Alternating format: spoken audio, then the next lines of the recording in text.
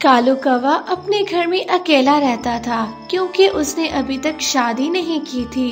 अब तो काफी बूढ़ा भी हो चुका था। कितना मजबूर हूँ, क्या करूँ मैं। मेरी शादी नहीं हुई अभी तक, मेरा कोई साथी नहीं। घर में अकेला किसी दिन मर जाऊंगा, पता भी नहीं चलेगा। कालू अब बहुत उदास रहने लगा था। कभी इधर करवट लेता तो कभी उधर करवट लेता था। एक रात कालू को ख्वाब में कुछ दिखाई देता है। एक चिड़िया जिसके शरीर में आग लगी हुई थी और वो चिड़िया मदद के लिए पुकार रही थी। बचाओ बचाओ, मुझे कोई तो बचाओ, जो मुझे बचाएगा वो बहुत कुछ पाएगा। बचाओ, मुझे कोई तो बचाओ। कालू तुरंत नींद से उठ बैठता है। कहाँ है जो चिड़िया, कहाँ है? मैंने जिसकी जान बचानी है, कहाँ है? अभी जाकर बचाता हूँ। कालू इधर उधर देखता है। अरे ये तो सपना था, सपने में ही मैं इतना डर गया। चलो फिर से सो जाता हूँ। जैसे ही कालू आंखें बंद करता है, फिर से उसको वही रास्ता, वही चिड़िया और वही आग दिखाई देती है। ये है, कुछ न कुछ है, मुझे कुछ करना होगा। कालू कौवा मिट्ठू तोते के घर जाता है। यार तोते, घर में बहुत अकेला हूँ, आज रात मुझे अपने पास सोने दो। अजीब गरीब ख्वाब आ रहे हैं मुझे।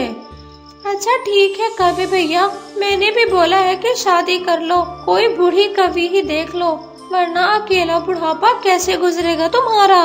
यार तोते, शादी करने के लिए तो मैं तैयार हूँ, मगर कोई ऐसी कवि मिले ना जो मुझसे शादी करे, मुझसे प्यार करे, मेरे साथ मुखलिस रहे। अच्छा अभी रात का समय है, सोने का वक्त है, मैं भी सो रहा हूँ, आकर तुम भी सो जाओ, मेरे वाले घोंसले में सोना मेरे साथ। कालू मिट्ठू तोते के घर में भी सो जाता है, मगर जैसी ही आंख लगती है, फिर से वही चिड़िया सही सब कुछ दिखाई देता है। मुझे बचाओ बचाओ, मुझे जो बचाएगा बहुत कुछ पाएगा, मुझे जो बचाएगा बहुत कुछ पाएगा। ये आवाजें कालू के कानों में गूंज रही थी। कालू उठ जाता है। मुझे जाना होगा, अब अपना रास्ता खुद ही तलाश करूँगा। कालू कौवा वहाँ से चला जाता है। रात बहुत गहरी हो चुकी थी। कालू को ना रास्ता दिख रहा था और ना ही कोई और दिख रहा था।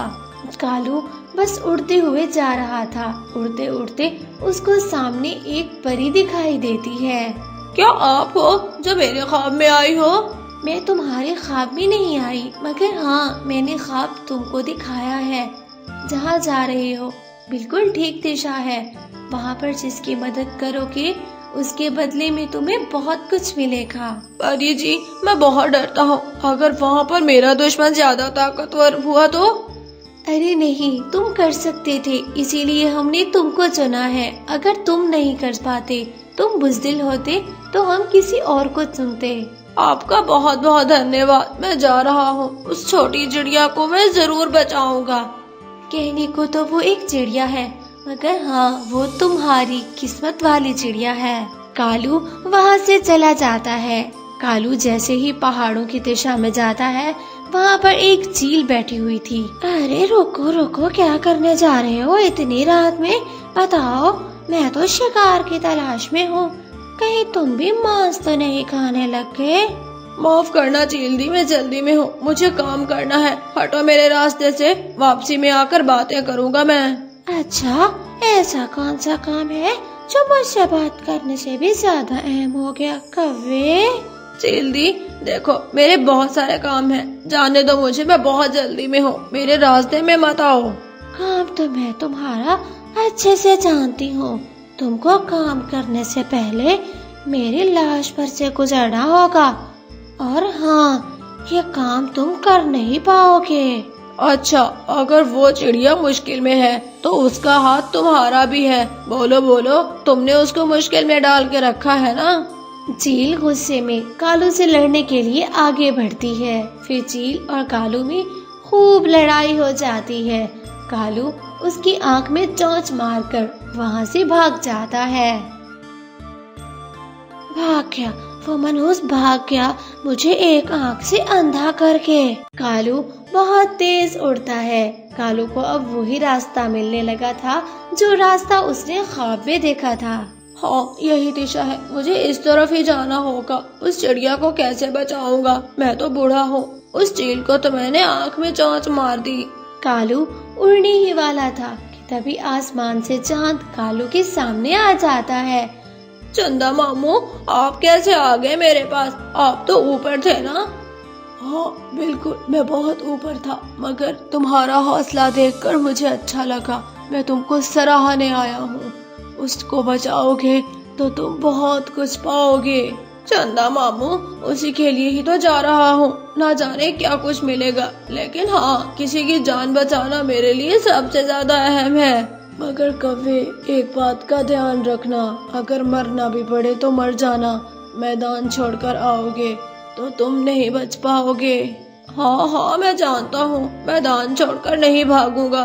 क्या तुम मेरी मदद कर सकते हो चंदा मामू? हाँ, मैं तुम्हारी मदद करूँगा ना। जो तुम करोगे वो सारा एक कैमरे में बंद कर दूंगा। दुनिया वालों को पता चलेगा कि कालू कितना बहादुर है। वो एक फिल्म की तरह रिलीज करूंगा। चंदा मामू, आपका बहुत बहुत शुक्रिया, मगर हाँ, मेरे पास समय नहीं है, मुझे जल्दी जाना है। ये बोलकर कालू आगे की तरफ चला जाता है। कालू अभी थोड़ी देर उड़ा ही था कि सामने तेज हवा का झोंका आता है और फिर कालू एक पेड़ से टक्कर खाकर नीचे गिर जाता है। अरे, ये क्या हुआ मेरे साथ? इतनी तेज हवा! मैं समझ गया कि खतरे की घंटी के करीब आ गया हूँ। अब मैं उस इलाके में हूँ जहाँ पर मुझे जंग लड़नी है। कालू उठ बैठता है। इनकी तो एक हवा ने मुझे चकरा दिया, न जाने मेरा क्या बनेगा। तभी कालू के सामने एक बिल्ली आती है। म्याऊ!